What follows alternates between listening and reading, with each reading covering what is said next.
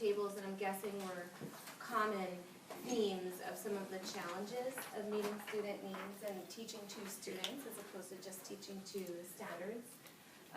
Those are valid concerns that I heard some talk about. But before we do that, is there any group or any person from a group that could share what are some of the things we thought about aspiring to? So these A's, did anyone either share something yourself you want to make public or hear something someone at your group pulled out of the piece that you thought would be useful for us to think about? What might we aspire to? Eddie? This was an opportunity to Mathis in general that I really liked, to create a writing culture where writing was for a real audience or for a meaningful social purpose. Mm-hmm. What'd you like about that? Just to give the main part, give it an actual purpose as to why you're writing, and it's not writing for writing's sake, like it actually has meaning to it. Yeah. So, how many groups talked about that? The idea of writing for something real? I heard it over here with Kristen and your table. You guys talked about it too. Have you heard this phrase in any of your other classes yet about authentic instruction or authenticity? Yeah. Who talked to you about that? Professor Van Ness? Yeah. Or I'm seeing a lot of nods, so I'm figuring it's not just in methods, or maybe also in methods. So the idea of authentic instruction is one you'll see, it'll pop up in the literature. So I just want to draw your attention to it. If you see something that says authentic instruction, authenticity in work, what that's kind of suggesting or referring back to is this idea of a real audience. And I heard Kristen talking about it at your table, and I hear Eddie talking about it here, where we're thinking about, all right, we're not just doing a writing task to simulate writing. Like, why don't we actually send these letters somewhere or create a built-in, if peer review is something that you're working on, actually have the peers review each other's work and give meaningful feedback. It doesn't mean you have to like write to the governor every time you're doing writing in the class, but you want to have an activity that's not a school-based like fake out of what the purpose of writing or discussion or exploration or inquiry. You want it to have an authentic purpose to it. So that is something that Eddie pulled out, have a culture of that in the classroom.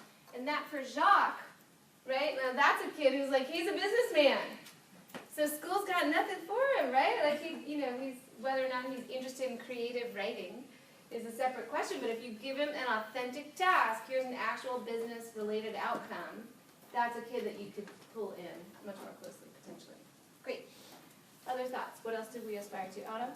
So we kind of talked a lot about standards versus students. So yes, I heard that at other tables. That's why I put that down. So my aspiration was to create this curriculum. Like what I was saying, it's kind of like a skeletal, and then fill it in with all my student interests. But my aspiration was to do a good job at it. So like really bring it in and really captivate and engage your students. In this tree that I picture, so you have like the trunk is like the curriculum, Oh, and then all interesting. these pretty little flowers and apples and leaves are the students.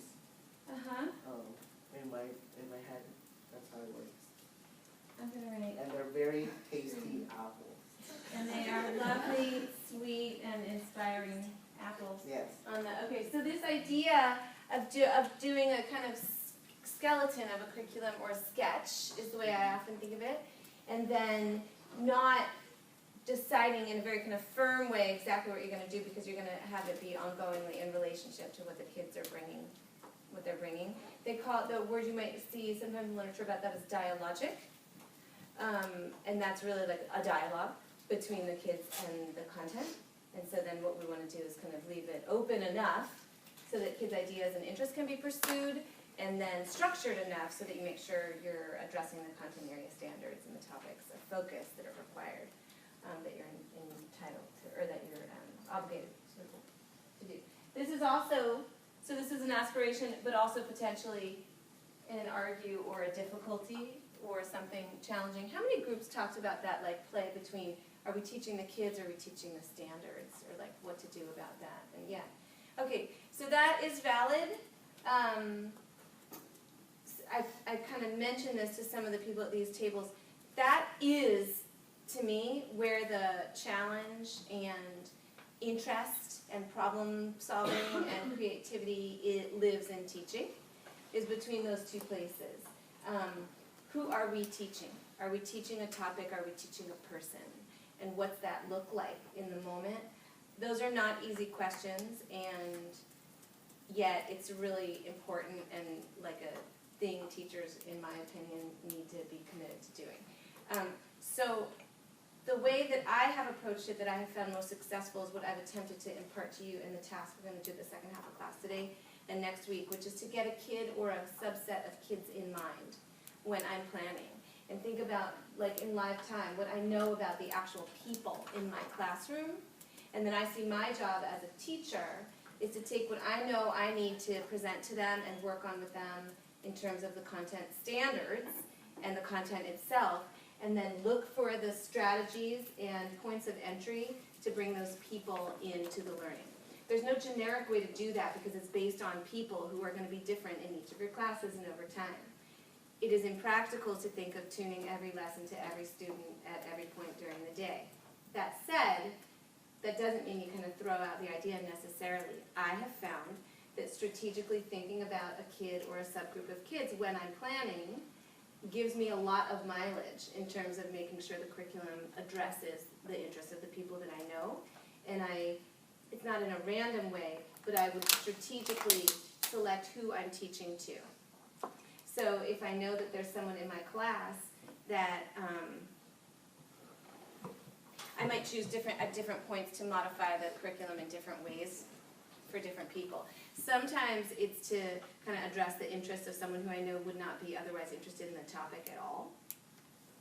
Sometimes it's to extend someone's interest who already is into a particular topic. And it really just depends on the classroom and how things are going. So we're going to practice doing that with Miguel or Jacques later in the day. That's why I wanted those cases for you. And it's not easy, but maybe it's fun. Maybe it's exciting. Maybe when the kid actually does get into the lesson that you've really worked on, it's actually a rewarding feeling. Stuff like that. That said, it's hard. And like we were talking about in this group over here, like you can kind of get away with not doing that often in schools. So even in your own mentor teachers' classrooms, you might not see a ton of work being put into connecting the kids to the content. You can completely keep your job and not connect the kids to the content as long as you're following the basic standards, typically. But so that it becomes a question of who you want to be for the people that are in your room. Okay. Other things that people pulled out you wanted to aspire to, or that you thought were important in the piece, things you're like, yeah. Otto, did you have more? I had a question. Yeah. So, it's just like me thinking. So what you just said was, so students, I just have a feeling that not all students are the same. Correct. But holistically, I feel like they're all very similar. In what ways? Like they all like to socialize. They all, Right. at least in like my classroom, like a lot of them do sports, and most of them are engaged in some sort of extracurricular activity. Yeah, so there's patterns, right? This is the way I've always thought about it as a teacher. And you learned in Professor Hanson's class this summer, right? Like there's certain developmental features that you're likely going to see in the classroom of their behavior, interests. Like you're going to see more adolescents are doing like engaging in risk-taking behaviors. More adolescents are questioning authority. More adolescents are developing an awareness of justice and injustice in the world. Things like that. Those are patterns. There's like gender patterns, there's cultural patterns. And so it doesn't mean that those don't exist, but on top of that, or in addition to that, or integrated within that, are individual interests and unique skills and strengths and weaknesses. All right, definitely. Right, so it's both, and that's what I find interesting also. It's so at different times when planning, I might be planning for like a kind of general thing. I know my kids like to talk, so I'm going to make sure I have like 3 points during this lesson where I stop and do a turn and talk for them. And that's a general, my kids like to talk thing. And then I might think, okay, I know that 4 of the kids in my classroom are newcomers to the country, so I'm going to make sure that I bring in some kind of grounding history of what the purpose of the civil rights movement was, because not everybody has the kind of built-in background knowledge that someone who's grown up in the U.S. would have had. And so I might do both simultaneously. I'm gonna do turn and talks, but I'm gonna make sure one of those turn and talks gives a nice solid foundation of that. Is It's there one complicated. that's like, One that's better than the other? the one we're supposed to be focusing on, or? I don't see research around that in my personal experience. No, it's both and always. It's like in everything. It's strategic and it's gonna change day to day. And it changes in light of what you've done with them too. So it's like the same thing might not be necessary in November that was in October, and then it might look really different in March too. So you want to know, this is why it's like we're, as a university, we talk about, when we talk among faculty, you know, we're making decisions about what to present you with now, because you're only here for 14 months, but teaching is a lifelong endeavor of learning. So like I have the ways I would strategize for planning now that don't look like they did my second year teaching at all. And I'm still learning. So no, there's no fixed way, but we want to kind of give you the landscape of how to do things, and then you've got to build up over time. And you can build a big toolbox actually, it's pretty fun, but not like relaxing necessarily. Okay, any other ideas here? You guys are good? All right, what did we find? So then let's just think before I let you go on break. This argue idea, and by that you can also put up, what was in the piece where you were like, I don't know about that? We're like, really? Come on now. Gio, saw you ready to rock. Yeah, because two of us actually brought the same idea that Uh-huh. the author does describe Jacques as a successful young man. He does describe him as, Yeah, the author. So Yes. we start thinking like long term for us, like what does it really mean to be successful? Oh, great, okay. So it just became like, you know, is he going to be successful? And then on top of that too, was he successful on his own, or was the situation that his dad already owns the business that kind of facilitates that success? So it just became this kind of discussion about what does it really mean to be successful. All right, it started, did anybody else talk about that? That's really interesting. What do you guys think? Jacqueline? We talked a lot about that and just how there's this inequity there, because we compared it to Miguel and we talked about Yeah. if Miguel was in this position, then it would be a lot better for him. Where if Jacques was in a position where his parents didn't speak English and he didn't already have this family business he could go into, would his family and parents be thinking, oh, he's going to be great, and would Jacques be thinking he's going to be successful? Where Miguel is working really hard and his teachers are very involved and they're giving him all these opportunities, but he's not a citizen and he doesn't have these ways to necessarily become a citizen or to become a police officer, which he wants to be. So he can't be successful even though his teachers are so involved and trying to help him there. So it's all just about that inequity is kind of the root of what we talk about with that, where is Jacques successful, or is it just like what he's born into, and how can we accommodate for that, especially considering there's going to be students who are the same exact way, but they don't have something to fall back on. Who wants to respond to that or build on what Jacqueline just said? Jeff? So we talked about inequity also, but kind of in a different scope. Okay. We talked about how there's almost this inequity to access to a point of entry. I felt very conflicted after reading this because I do feel like we need to acknowledge other literacies and, you know, like for example, he created the flyer for his dad's business.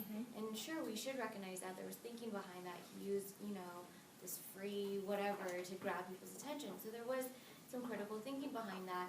But are we perpetuating then, like, you're going to just go and do your family's business, and we're not opening up an access point to, like, what if you did want to be an English major and you just felt closed off from it because he had no access to it?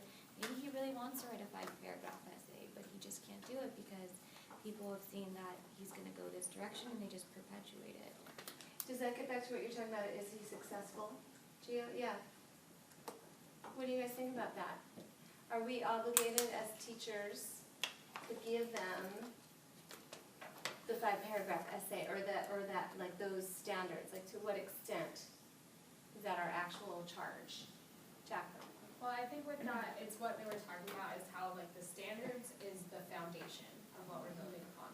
So just like where we should be giving everyone that 5-paragraph essay or those, you know, basics, we should also be giving them opportunities to have like business literacy, or something like that. So we talked a lot about finding the medium between where, like, the first line, one of the first lines on the first page said schools have a significant role to play in embracing and critiquing new times rather than trying to domesticate them or keep them at bay. So it's not taking all these new ways of life and just keeping them like away from the wall we've created, but it's taking them, looking at them and thinking, okay, they fit here, like on top of this foundation we've built, and using it to make a better like wall of education rather than to just kind of like don't touch our standards or like let's knock down everything and start new, but it's taking everything to build something better. So it's finding that medium between the traditional literacy and then taking opportunities to also provide students with business literacy or like other types of literacy there. So, this tension between like school-based knowledge and out of school.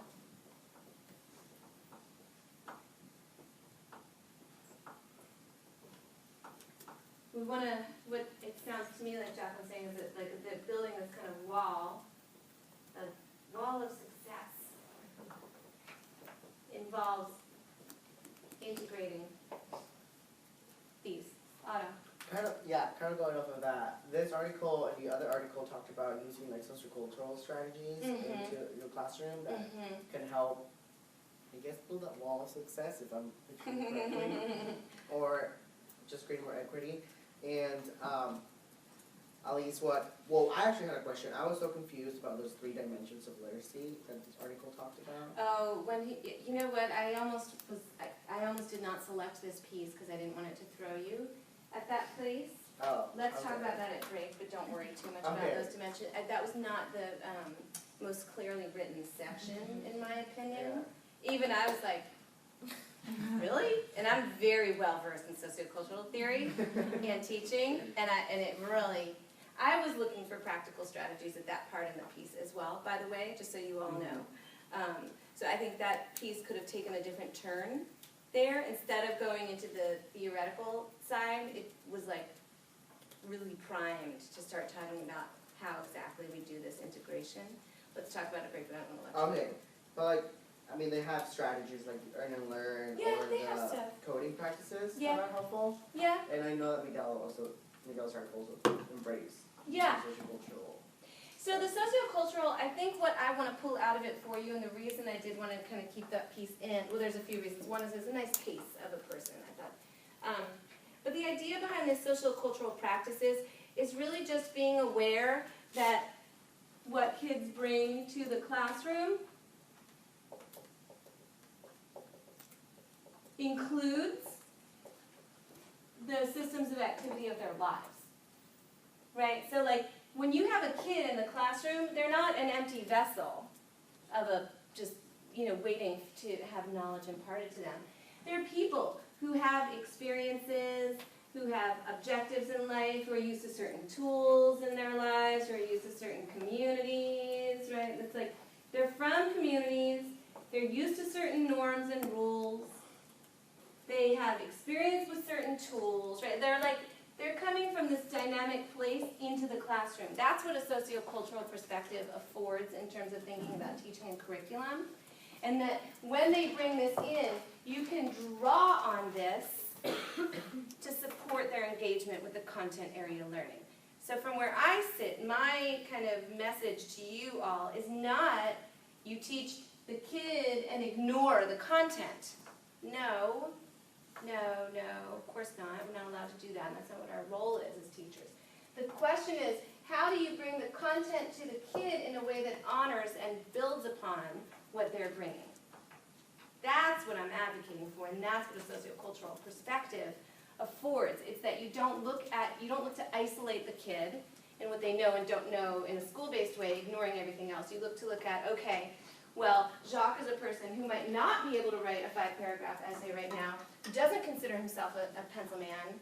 He's a businessman, he's got better things to do, but very likely he's been unsuccessful at school in many ways, and so that has embedded within it some amount of defense mechanism from failure. So what can we do to build upon his skills as a businessman and introduce him to engaging in the content of writing an essay?